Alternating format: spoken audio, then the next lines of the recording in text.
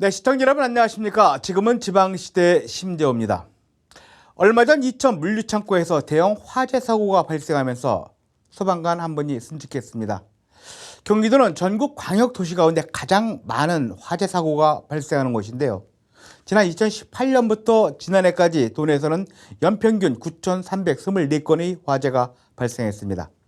이 가운데 25%, 그러니까 화재 4건 중 1건은 주거시설에서 발생한 화재였고요. 이 주거 화재로 연평균 313세대 643명의 이재민이 발생했습니다. 이들은 화재 사고로 머물 곳을 잃고 인근 모텔이나 친인척을 떠드는 등 안정적이던 삶이 파괴됐습니다. 이런 화재 피해 주민들이 안정적인 복구를 지원하기 위한 근거 조례안이 발의됐는데요. 그게 바로 경기도 화재 피해 주민 지원에 관한 조례안입니다. 이 조례안을 대표 발의한 김원기 의원으로부터 이 조례안을 발의하게 된 이유를 들어보도록 하겠습니다. 네, 김의원께서 경기도 화재 피해 주민 임시거처 지원에 관한 조례안을 발의한 것으로 알고 있습니다. 어떤 이유에서 이 조례안을 발의하게 되셨는지 궁금합니다. 네, 얼마 전에 남양주에서 대형 화재 사고가 발생했습니다. 중요한 것은 이 불로 인해 가지고 피해를 입은 피해민들이 무려 100여 명이 넘는 거죠. 정말 중요한 것은 이분들이 편히 쉴 수 있는 주택이 없다는 거죠. 그래서 이분들에게 임시 거처를 마련해주고 정신적인 피해를 지원할 수 있는 그런 조례가 필요하다, 이렇게 생각하게 된 겁니다. 네, 화재로 거처할 곳을 잃은 사람에게 발벗고 쉴 수 있는 공간이라도 지원한다는 것은 빠른 피해 복구를 지원하는 것과 같은 방법일 겁니다. 지금부터는 경기도 화재 피해 주민 지원에 관한 조례안은 어떤 것인지 주요 조항을 살펴보도록 하겠습니다. 먼저 제1조입니다. 제1조, 이 조례가 경기도에서 발생한 화재로 정신적, 재산적 피해를 입은 도민의 지원을 위한 목적을 하고 있다고 규정하고 있습니다. 다음은 제3조입니다. 3조에는 도내에서 발생한 화재로 피해를 입은 사람에 한하여 적용한다라고 명시했는데요.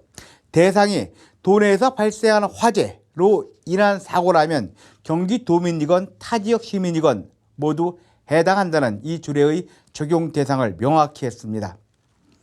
이제 5조와 8조를 보면 도지사는 화재 피해 주민에게 심리회복 지원은 물론 거주지에 피해가 발생한 경우 숙박시설 등 임시 거처를 제공하거나 소요 비용을 지원할 수 있도록 했습니다.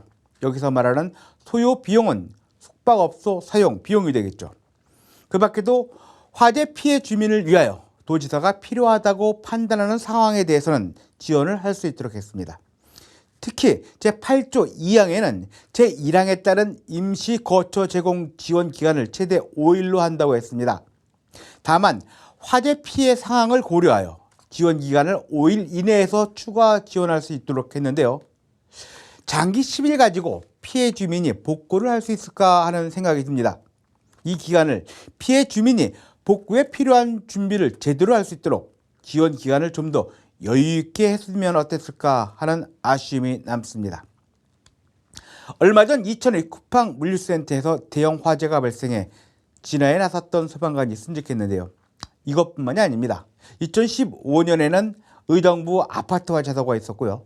2019년에는 김포시 요양병원의 화재 사고, 지난해에는 용인과 평택에서 물류센터가 각각 화재 사고가 있었습니다. 이들 사고는 모두 인재였다는 결론이었습니다. 방심하지 않고 원칙대로 했다면 이들 끔찍한 화재 사고는 발생하지 않았을 테고 귀중한 가족도 희생되지 않았을 것입니다. 안전 불감증이 가져온 참사였는데요.